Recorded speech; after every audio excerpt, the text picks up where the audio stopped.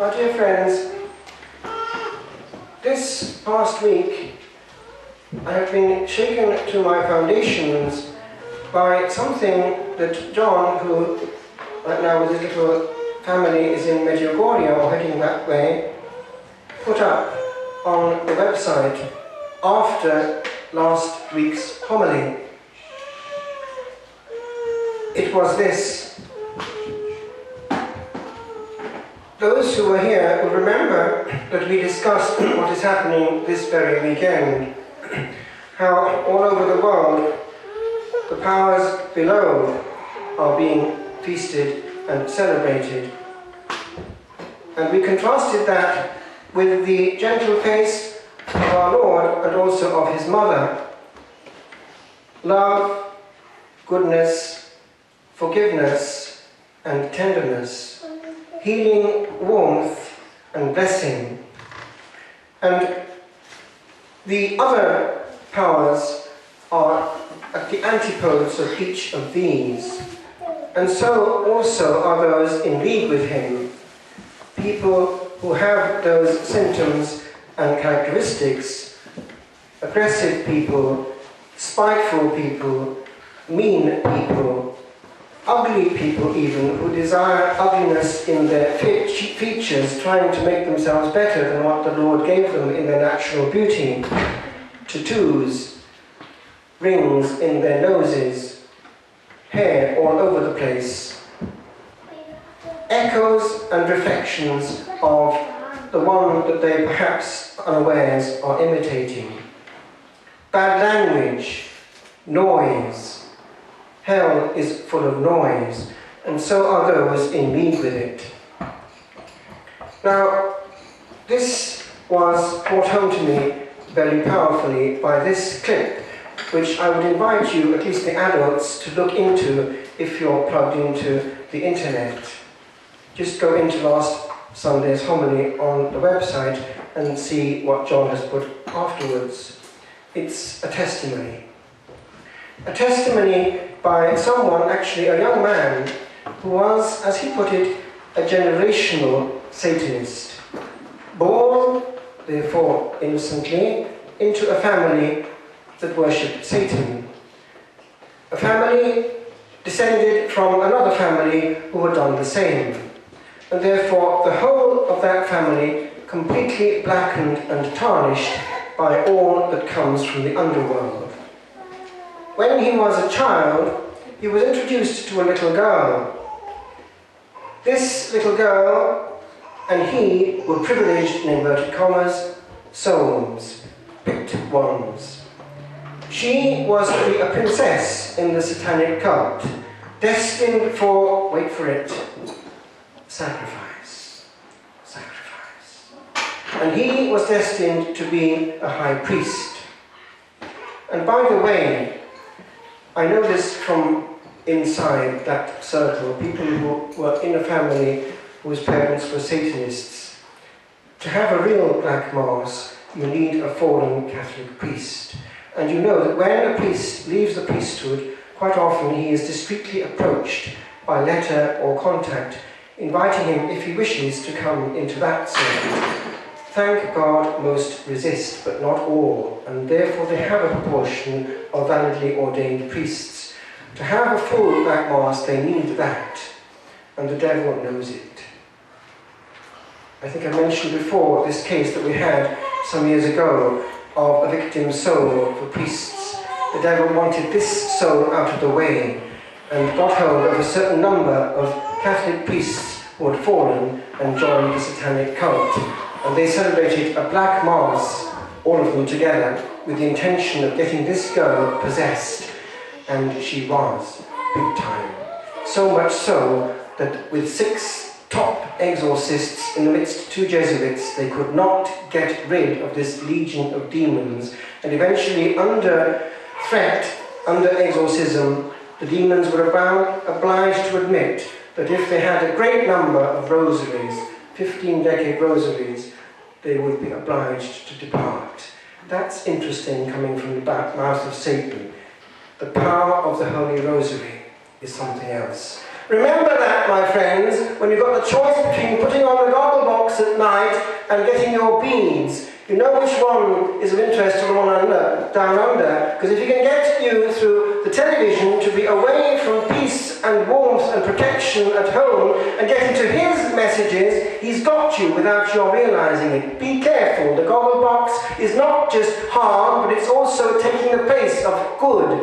And it's not nice to have blasphemy in the family. It's better to have Our Blessed Lady.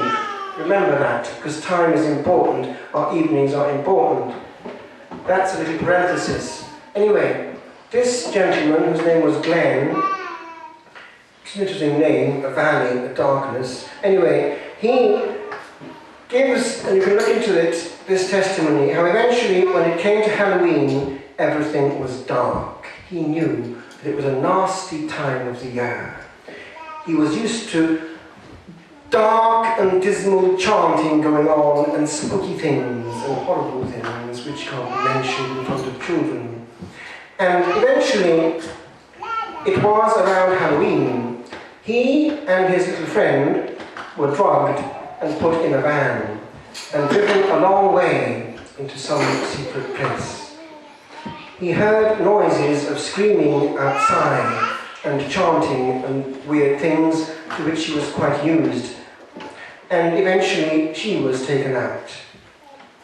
He was left in, and after a good while a lady came and said in the van, "It's time to go." So they took him, and he found his little girl, to whom he was married, in a marriage ceremony to the beast, in which a lot of sacrilege took place. She was extended on this altar, and they had pierced both her hands or wrists and her feet to get blood, which they then drank. And eventually he realized what was going on. They put the high priest in that coven, put the knife, which has a special name in their thing, in his own hand, and forced it into the chest of this child, who was to be a sacrifice, therefore, on Halloween to the King of Darkness. And this gentleman, Glenn, warned all viewing that this was what is going on in Halloween. And this is right now what people are feasting without realizing it. In Halloween, there are child sacrifices going on, and the devil is given great power by these sacrifices. And they also abuse atrociously, you know what, the sacred host. And it's not by chance that just a few churches away, they've got into the tabernacle and taken away the vases, which they didn't want because they've let them be found, but they've taken all the hosts. And you can imagine what they're going to do with these in the next few hours. These hosts are around on the black market. They cost quite a lot, but perhaps less than they used to, because it's quite easy to get hold of them now compared with what it was in the past. And we know from exorcism that this availability of communion in the hand is actually inspired from below, partly because they want these sacred hosts, because they like having them to mess about with them in horrible, horrible bits of activity, inviting all to mess around with the Lord whom they know to have on earth. And by the way, I was talking recently to somebody who told me this. In the process of his conversion, he heard this testimony, because he left more or less, but come back through this powerful story, which he heard and made him reflect. It was somebody who was trying to cheat on the Satanists through getting unconsecrated hosts from the sacristy, and they thought they'd get away with it and get the same money. But no! The Satanists involved knew through satanic powers which ones were consecrated and which were not. That is interesting, because there's a fundamental difference, and don't let anyone take you in. And by the way, mystics have the same gift, because I heard or read some years ago that there was a mystic who detected when a priest came to give her Holy Communion in her situation of not being able to go to church on her sick bed, she said to him, "Father, that has not been consecrated." And she told him why. He had, it was before the council, been distracted during the celebration and jumped from the memento of the living to the memento of the dead, and therefore the consecration had not been gone through, and the devil knew it. Or actually the Lord in that case knew it. And another case happened as well, where not handling the Blessed Sacrament, but handling holy water, in an exorcist case, the devil himself, through the mouth of the possessed person, said this. When it came to the holy water, he was splashing over the possessed person. "With that, Father, you can blow your nose. That is not holy water." So that is interesting, because it had not been blessed properly, and the devil knew it.